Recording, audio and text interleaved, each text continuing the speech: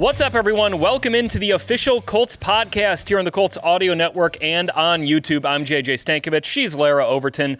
We are here talking about the Colts offseason in a way that I wanted to do this podcast, Larra, where we just rank out the most important position groups that the Colts need to address between free agency and the NFL draft. And this is a conversation that we're going to have a lot. Like, this is something that we could kind of revisit, and you feel like that you make a list in, say, mid-February, and that list could change a little bit as you get into March and April, dependent upon what does happen in free agency, guys you may bring back, guys who might become available, various things like that. Yeah, I mean, there is a lot of time that we'll have to talk about this, and it'll change.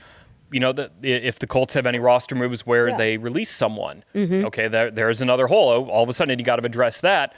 Or, like you mentioned, okay, all of a sudden, this guy becomes available in March, and who knows who that's going to be.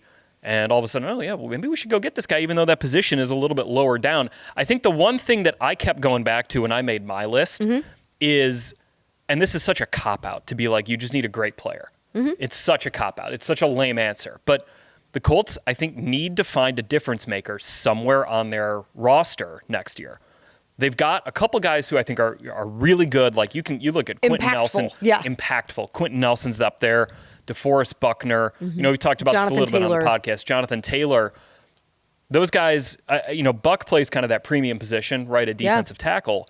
But you're kind of missing that guy maybe at wide receiver, at tight end, at edge rusher, at cornerback, where you've got really good players there like Michael Pittman Jr. and Kenny Moore II. And, you're going to have Samson Ebukam coming back, Kwity Paye, Laiatu Latu, those guys at defensive end. But where's that guy who, if you make the playoffs, other teams are like, oh boy, this guy changes the entire way we have to game plan. Those are positions that, if you look at the playoffs recently, those are usually where those guys play at, those guys who keep everyone up at night. Look at the Chiefs with like Trent McDuffie, right, at corner, where he can change how they play their entire defense.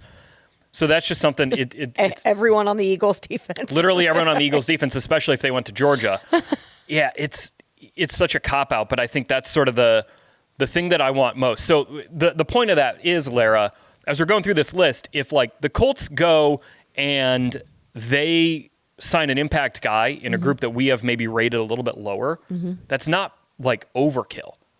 That's just, hey, we're trying to find a guy who can bring our team from 8-9, 9-8 to 11-6 or better, something like that. I also like the idea of going after guys who are experienced, who have a bit of veteran presence, who maybe have experienced other teams across the league to come in and build, like, say, have a resume of they've won in other places, and they can bring some of that into this locker room and influence a bit of, that. And, we kind of talk about that healthy tension, right? Some of that, somebody who can bring a little bit of that in and help kind of guide this group in that direction. When you think about, guys who have won elsewhere with, DeForest Buckner, when he was with the Niners. That's exactly what I was thinking of. Right. Like, he was able to come off an incredible run there.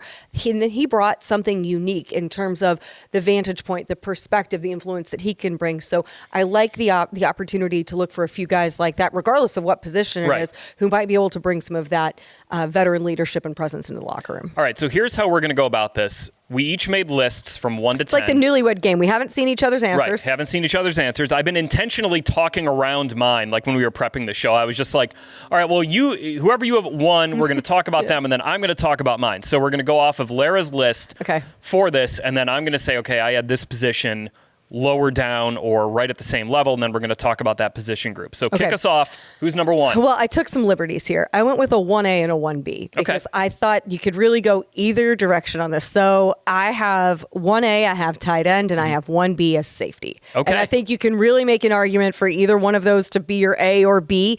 The reason that I went with tight end as my 1A is because I want to see this group put Anthony Richardson in a strong position to succeed. Anthony is certainly going to put in the work in the offseason, do all of those things. What are you equipping him with to give him great opportunities across the offense? Give him some variety. Give him different complements, different weapons, in addition to what you're getting from your group of wide receivers. We know what Pitt can do. We know what Pierce can do. We know what Downs can do. You've got that group there. So I would really like to see a reliable pass-catching tight end to equip Anthony Richardson with. I think that would make this offense, more dynamic, more balanced. And you think about the guys who are returning. You have Drew Ogletree. You have Will Mallory. Jelani Woods is coming off of the injury. You have Mo Alley Cox and Kylan Granson, who are both going to be available in free agency. I think so. I had tight end second on my list. And the thing that I just circled, and I went into this being like, okay, we know what the receiving stats are. They were bottom of the league in terms of total receptions from that group. But I was like, I wanted to look at something of how that group did overall, because a big part of playing tight end is run blocking. Yes. I know it's not it's not sexy. It's pretty boring, but it is a very important part of what you do. So I looked at Pro Football Focus and I sorted just by tight ends, and PFF just tracks: did you get a positive grade, a neutral grade, or a negative grade on each play? Okay. So the Colts last year were 18th among tight ends in total positive plays. So not terrible, but and this is run blocking, pass catching, all the above. So they're maybe a little below average in total positive plays. They were fourth in the total number of neutral plays, and they were fourth in the fewest negative plays. There weren't a lot of times where the tight end just screwed up, but they also were not super noticeable, which leads to they just had a bunch of these neutral plays where maybe they didn't get targeted, they didn't do their job poorly or greatly on a play. But that to me, just in all caps, I just wrote, you need a difference maker. And those guys are also really freaking hard to find. It's easy for me to sit here on this blue couch and be like, Colts got to go get a difference maker at tight end. The number of difference making tight ends in the NFL is what, 6, 7? Maybe. Yeah. I would say fewer than 10. Yeah. There really are not that many. I do think, though, what we saw this past year with a guy like Brock Bowers is when you get that guy, he can be immediately impactful. When you do have a guy and you're able to, it's certainly a luxury to be able to be in a position to grab that guy high. But man, look at what he did, and he didn't have stable quarterback play. Right. He didn't. Yeah. That was Brock Bowers. Just was an awesome football player right from the start. And that's rare. What did he break? Mike Ditka's record that he set in 1961 for rookie tight ends or something. That is rare to see a season that you got out of Brock Bowers right off the bat. But I think there's a lot of opportunity there for this room to remake what it looks like and feels like. I think the only guy who's coming back who you're I think he's going to have a role, he'll have to compete for it, but Drew Ogletree is probably that guy. Yeah. He played 40, but he only played 40% of the snaps the last 2 years. Will Mallory's been in and out of the lineup. He's been inactive, a healthy scratch on some games. Jelani Woods hasn't played in 2 years. And then you've got Granson and Mo being free agents. So you could kind of refresh that entire room. But how do you go about it? Does that mean free agency and the draft? Does that mean a trade, trying to explore a trade? Teams don't just give up good tight ends for nothing. Right. So where do you look? And I think, those guys back there in the front office are probably going to be turning over every stone to find who that guy might be. And we'll see. But I had them 2. Okay. What'd you go with 1? I'd quarterback at 1. Interesting. Okay. Quarterback for me was, that was one that I wrestled with. That floated everywhere from 2 to 5 for me. Quarterback landed at 4. So let me explain. Because you've got to bring in competition for Anthony Richardson. So this one was weird. Because I was I think quarterback is number 1 because of all the positions on this team that you have to get right in 2025, it is quarterback. That is the most important. However, whatever competition you bring in, whoever you sign or trade for, and your free agents are both Joe Flacco and Sam Ehlinger. So you might be bringing in 2 new guys into that room. It could be a free agent and a draft pick. It could be a trade and a draft pick. It could be a trade and free, whatever it might be. You almost hope those guys don't play. Right. Because the best case outcome for the 2025 Indianapolis Colts is you bring in that competition, and whether it's because of it or not, Anthony Richardson establishes himself as this guy's the guy at quarterback. But to me, the most important thing you got to get right this offseason is quarterback. And that doesn't necessarily mean Anthony gets benched, but that means you've got to get someone at that position playing at a level that you can make the playoffs. What I like is our reasoning for what we both picked is the same. Essentially, like it all centers around the success of Anthony Richardson. Yes, and that's what your point was, and that was what my point was by putting tight end and prioritizing that as highly as I did. Here's where I want to one of the biggest reasons why I went with quarterback over, because I was thinking about tight end there too, was, so I looked this up on Pro Football Focus. Last year, Anthony Richardson, 1/3 of his passes were graded as uncatchably inaccurate by Pro Football Focus. So take that for what you will. Call it a ballpark, not like an exact number. He had 13 throwaways. So, I mean, there were times where Anthony was in the grasp of a defensive tackle or defensive end, and he got the ball out. Yeah. He threw it out of bounds. No one's going to catch that. Those are good incompletions. Yeah. But there were too many times where maybe he had a tight end open, and he just missed him. I think about that one against the Jets on that first drive where he was rolling to his left. It was his first game back. He was rolling to his left. He had Granson like 3 yards in front of him, and he threw it over his head. Those are plays that he has to get better at on his own. Having a better tight end room is important, but having a better tight end out there, it wouldn't have mattered. Kylan Granson was open on that play. Yeah. So that's where I want to see Anthony make those strides and those improvements. And however you do that, and it's probably going to be by bringing in competition, that's got to happen. I like it. So I went, where was safety for you? Okay, so I had safety at 4. Okay. So safety real quick, this was because I think I like where Nick Cross is. Yeah. You're going to need a starter next to him. So if I were tiering it, safety would be right on that border of tier 1. Yeah. Tier 1 urgency. Hey, we got to figure this thing out. I don't know though if you need to use a ton of resources on a safety.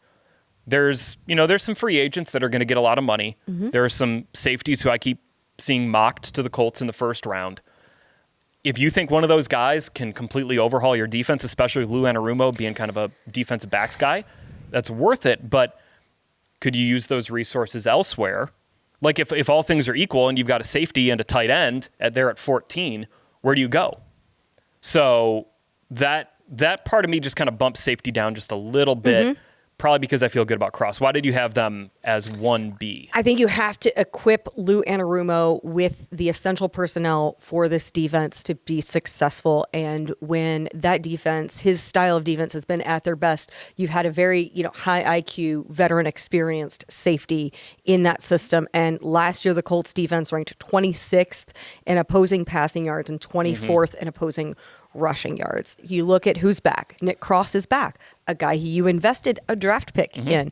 You've had significant injuries at that position too. Trevor Denbo, who's been a special teamer, obviously got hurt last year. Daniel Scott has had injuries the last 2 years. And then you have Julian Blackmon, who is again a free agent for the second time in 2 years. So that is, I think, an area with which I think you're going to want to invest in order to see this defense take the type of strides that are going to be necessary for this team to compete in 2025. Yeah, I mean, kind of like you're talking about Lou Anarumo's defense. When they were humming in Cincinnati, it was Jesse Bates and it was Von Bell back there. And they struggled when Jesse Bates moved on to Atlanta and Von Bell went to Carolina, that they kind of struggled to replace those guys. So, yeah, I mean, I could easily have had safety bumped up to 2 or 3 on this list. I just, again, my faith in Nick Cross, just given he's such a young player, and I think you see the arrow pointing up for him. And I like the story of Nick Cross. Maybe I'm buying into that a little bit, of where he starts off as a starter and then he gets benched, and then he has this like almost 2 full years where he doesn't really do anything except for playing on special teams. Then he comes back, and all of a sudden, here comes this guy who was the youngest player in the league when he debuted in 2022, who's now like, okay, this guy's a legit starter in the NFL. Let's see where he can take it from there. And that's part of the reason I like the idea of going more of an experienced veteran route is because you do not have the luxury of time to have a guy develop at that position right now. That's a good point. Where you are, you need a guy who can step in, who has an ability to master this defense pretty quickly and elevate the rest of the group around them and help bring along the corners as well. And I like this group of corners right now, with Kenny Moore and that veteran presence. You've seen the difference that he has made for a guy like Jalen Jones. So that's where I stand a little bit on that position right now. Man, if you could target, safety and free agency and then leave yourself some room for, tight end in the draft, I kind of like that approach with where we would be sitting in early May. Okay, so you had 1A, 1B. So do you have a 3 then? Or do you have a 2? I have a 2. Okay, what's your 2? Running back. Really? I wrestled with this one a lot. Give me your reasoning here, because I think I've got an idea, but hit me with it. The drop-off that you had in the run game without Jonathan Taylor on the field is so significant. And this is not to just... JT had an incredible year, but you've got to be able to rotate him with someone. I'm thinking a la 2023, the rotation, the 1-2 punch with Zach Moss and how well that worked. You had 2 different styles. It was a little bit of a change-up within this offense. And then when you have Anthony Richardson in there, I like the idea of really having to make defenses pick their poison. That's such a good point, and I wish I had thought of that because I put running back at 8. Okay. And when you said 2, I was like, it's because of the offense you want to run. If you're going to run the ball with Anthony Richardson, you're going to need better than 3.5 yards per carry next to him, which is what Trey Sermon and Tyler Goodson averaged last year. Goodson, I think, was like 4.8. Sermon was at 2.7. And Goodson's back, right? Right, Goodson's back. And he's different. He's a different type of back in that situation. Here's the other thing that I looked at with running backs. The 3 guys who were the Colts running backs last year, where they ranked in Pro Football Focus pass block grades. Trey Sermon was 36th, Jonathan Taylor was 69th, and Tyler Goodson was 96th out of 99 players. Now, that can get better with technique, and just with more experience there. But I would love to see that kind of backup running back that you mentioned. So Jonathan Taylor doesn't have to be 35 carries a game, where you can throw that guy in there. I'd love to see a guy who can pass protect in that role where, it's because something Anthony is good at is you give him a 3rd and 9, and if he can stand in there and rip that throw over the middle, he's going to do it. Yep. But you got to be able to protect him. So, I'm really regretting where I put running back right now. I don't know if I would put him at 2, but I would put them probably a tier higher. Sake of argument, I went there, and I already told you I had quarterback at 4. What did you, so wait? We're missing my what did yeah? So, what did you have at 2? So I had tight end at 2. So you're 3, right? Cornerback. Okay, corner I had at 5. So we're pretty close on that. Yes, your reasoning. Corner. This is where I kept thinking about that, like that healthy tension that Chris Ballard was talking about. That you want to. You don't want guys to just kind of rest in there. You want to bring in that sort of healthy tension. Yeah. You're not moving on. You're not moving Kenny Moore II out of the starting lineup. Obviously, he's one of the premier nickels in the NFL. And he's going to be so important for this defense, especially. He is going to be key. I think Kenny's going to be in for a huge year. Yep. With Lou Anarumo as the DC. Those outside spots, though, look, Jalen Jones had a good year. He had a good year. He's competitive as all heck.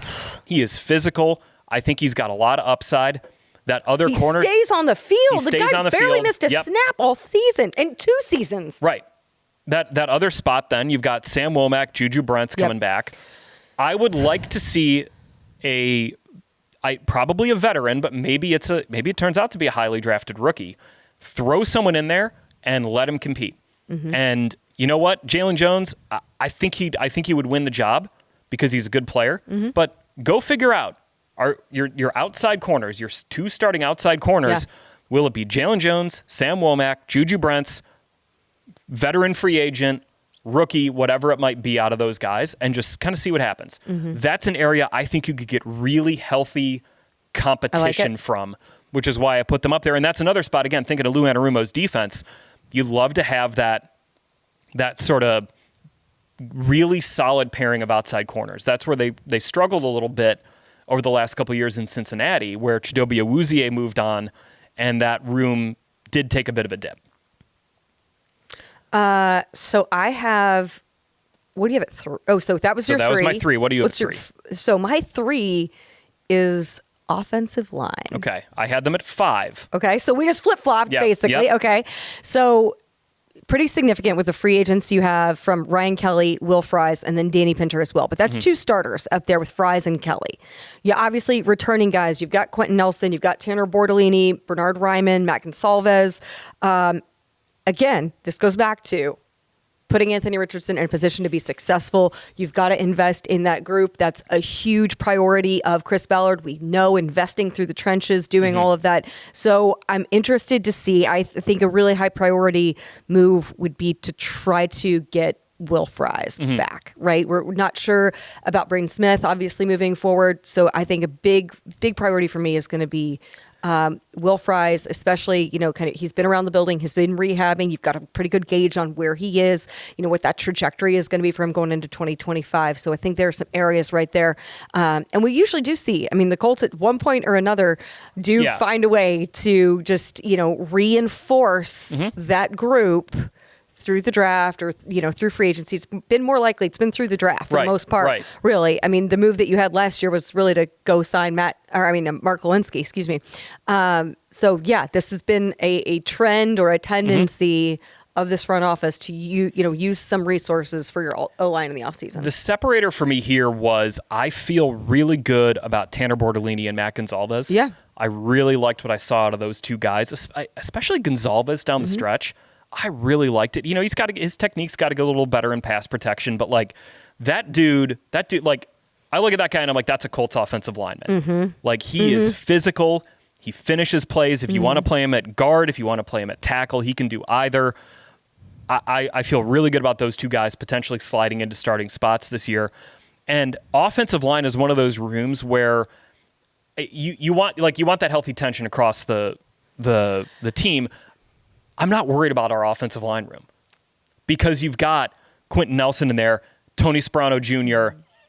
That's who brings it for me. And also, if you do bring back a guy like Coach Will Sperano. Fries, Yep. You want to talk about a guy who's competitive.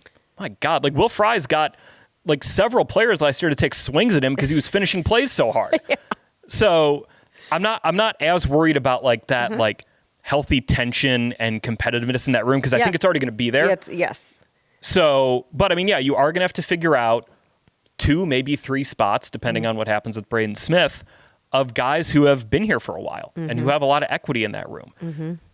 It may not be just as simple as, okay, let's slide in the 2 draft picks from last year. Right. Maybe you do need to bring in some competition. Maybe you need veteran backup if you're going to go a little bit younger on there. So, but the other thing, Larra, for this Colts offense to be good next year, there is no world where that happens with this offensive line taking a step back.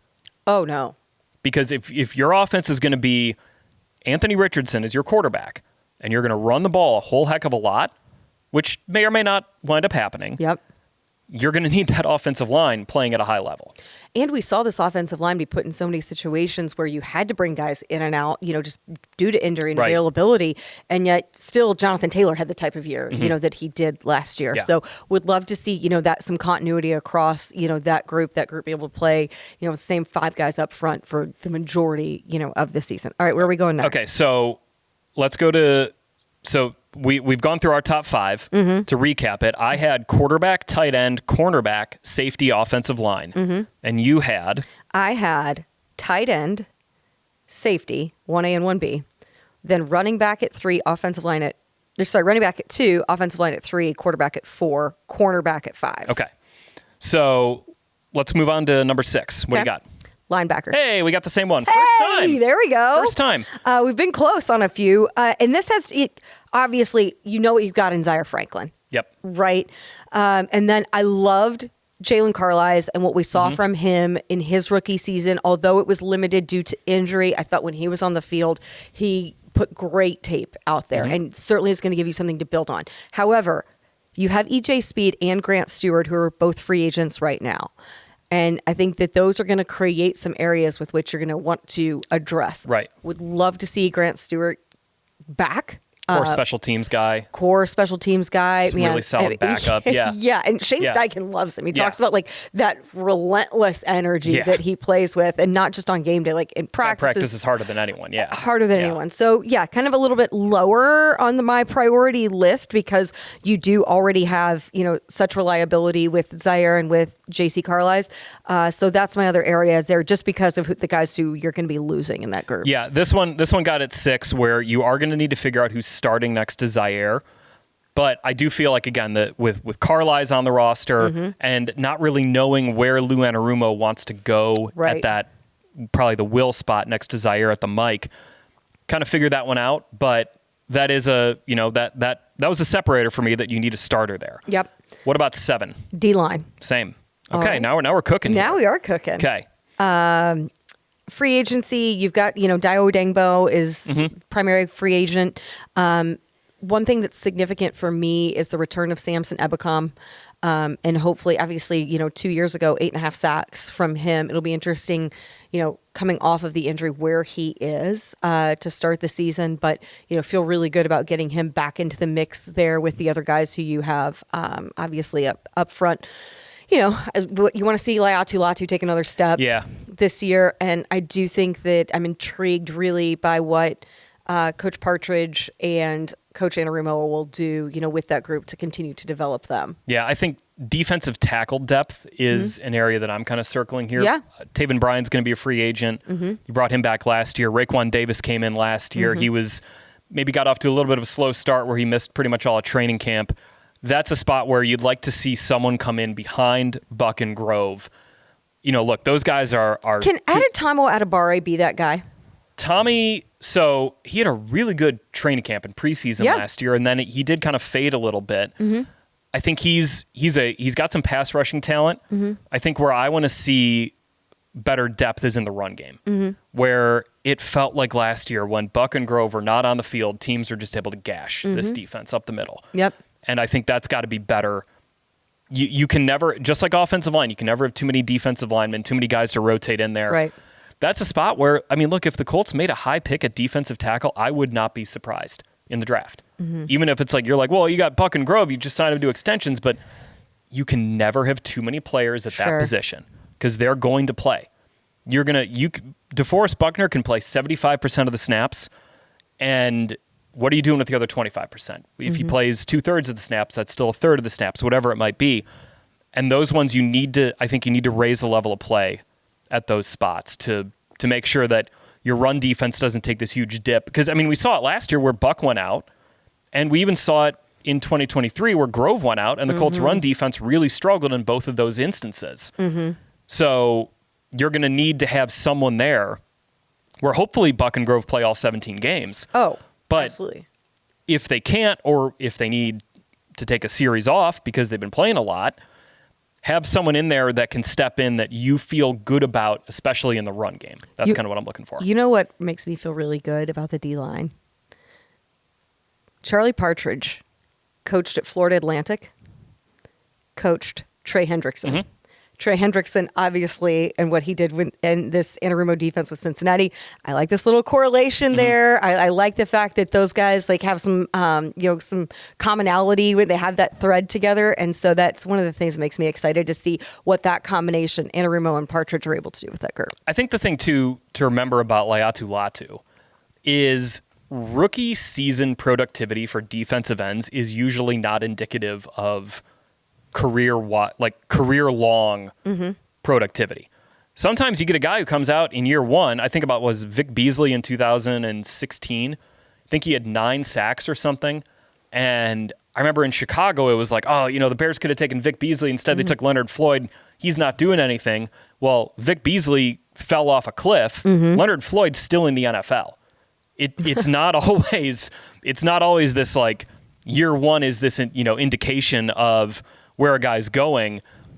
I think what we know about Latu and the work ethic he has and the love of football that this guy has, And his coachability. Yeah. I would not be surprised if you see him take a major step forward. That's a guy who wants to be coached hard. Yes. You talk about bringing in competition. He wants to compete, wants to be coached hard, wants to be challenged by the guys around him. And certainly, like you mentioned, O-line, that's not a group I worry about. D-line's not a group I worry about from that standpoint. If Latu were to take a step forward, that group is, because they're so deep already, you get a step forward from Latu, and all of a sudden you're looking at that group and you're like, oh, they might be, because that was an issue last year, is that this defensive line did not get enough pressure on opposing quarterbacks. You throw in Lou Anarumo, maybe bring in some different looks on defense, and maybe a step forward from your first round pick last year, and you're feeling pretty good about it. Absolutely. Okay, so I had a running back at 8. Okay. This is where we have a difference here. Okay. What did you have at 8? Wide receiver. So I had them at 9. I guess technically we're about the same because you had a 1A, 1B. Yep. And that because I put special teams was special teams is the last one for me too. That's kind of, yes. So, okay, so we are in sync from that standpoint. So wide receiver, I think this one's pretty easy. You've got your top 4 target guys coming back. Yep. Pittman at 111, Downs at 107, Pierce at 69, Mitchell at 55. They're all coming back. They're all young. They're all under contract. Ashton Doolin's your notable free agent there. But I think you feel really good about that group. Yep, I completely agree. Like what that group is bringing back. I like the opportunity for that group to have an entire offseason working with a healthy Anthony Richardson and then, reinforcing some of this offense with, some help at tight end. Yeah, and I think the other part of that, too, is an offseason where Michael Pittman Jr. can get healthy. Yeah. Because we never really got to see how those 3 guys, Pittman, Downs, and Pierce, really complement each other because Pitt was banged up. Downs is banged up to start the year. So I think those 3 guys work so well together. And then you throw in just that juice that A.D. Mitchell has. Yeah. If he gets that kind of under control a little bit in terms of, like he mentioned, what was that line he had about the hot sauce? Yeah. Whatever, maybe you don't need the hot sauce. You just need like salt. Little sprinkle of salt. Sprinkle of salt. An off season for him to kind of grow there. Yeah, I think that group... You might want to bring Doolin back, but he only had 8 targets last year. He'd be more of a special teams guy. He's so good on special teams too. And you want to see that return game take some steps forward. Who knows what returns are going to look like next year? I mean, can change the whole thing again absolutely. Too. So, and then special teams. You've got your veterans there in that group. Although Matt Gay had some issues, some long range issues last season. Yeah, he was 3 and 9 on kicks of 50+. Yeah, you brought that up, and I do have a ton of confidence in him being able to figure that out. He dealt with some injury stuff last year, and while he never made that an excuse, you do have to wonder if that got a little bit into the mechanics of everything, because he's not a guy who you would expect to make 33% of his field goals from 50+. The one thing that I did bring up before we started potting, from 2022 to 2024, NFL kickers made 69% of their field goals over 50 yards. That's up from 63% from 2019 to 2021. So it's almost like you've gone from this proposition of guys are making about 6 and 10, was that 3 and 5, to now like 2 and 3 of those field goals are going in. To? Like in everything that you look at a lot of analytics. Is there anything to it? No idea.